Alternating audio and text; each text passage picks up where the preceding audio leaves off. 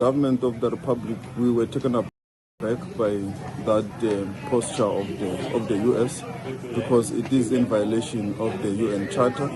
It is in violation of the territorial integrity of Venezuela, and it's in violation of all principles that should govern respectability of sovereign states. So that's why we have issued the statement, and we have called for the sitting of the UN Security Council, and we are looking forward to the meeting this afternoon with the hope that progressive decisions will be taken and robust engagements will happen. What the ANC's International Relations Subcommittee is meeting as of this hour. What are some of the deliberations that are going to be discussed in the IR subcommittee meeting?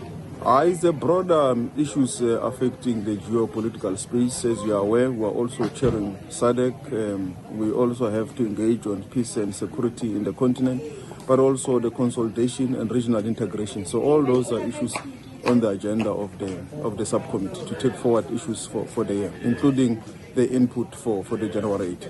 Obviously, it's unpredictable with the US, but South Africa has to continue to stand on the side of principle. International solidarity and collective action is what has brought stability to the world since the Second World War. We can't be back to the period after the First World War, where there was no rules, there was no world based on international law.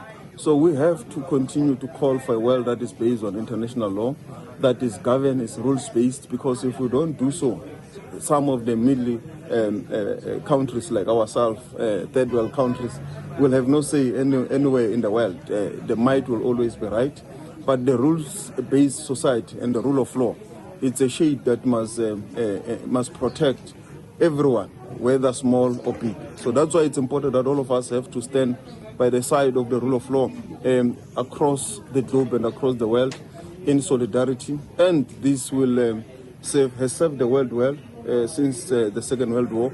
And we believe that multilateralism must continue to do so, because if we all keep quiet and do nothing, the might will always do as they please, and there will be no rule of law in the world. Do you anticipate that the UN Security Council will take a clear declaration that will be enforceable, or the veto issue will once again trample upon the rights of the Venezuelan people and the justice that must be done?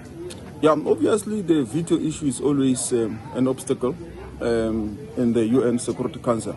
But the fact that this issue will be ventilated at the UN Security Council, the whole world will know what happened, how did it happen, and this will enable the people of the world to act in unison and in solidarity, because they will now know the facts, they will know exactly how the world must move on. So it is important, even if the issue is vetoed, but the facts that will be public, will be transparent. It's a very important persuasive force that the world will continue to be able to engage on.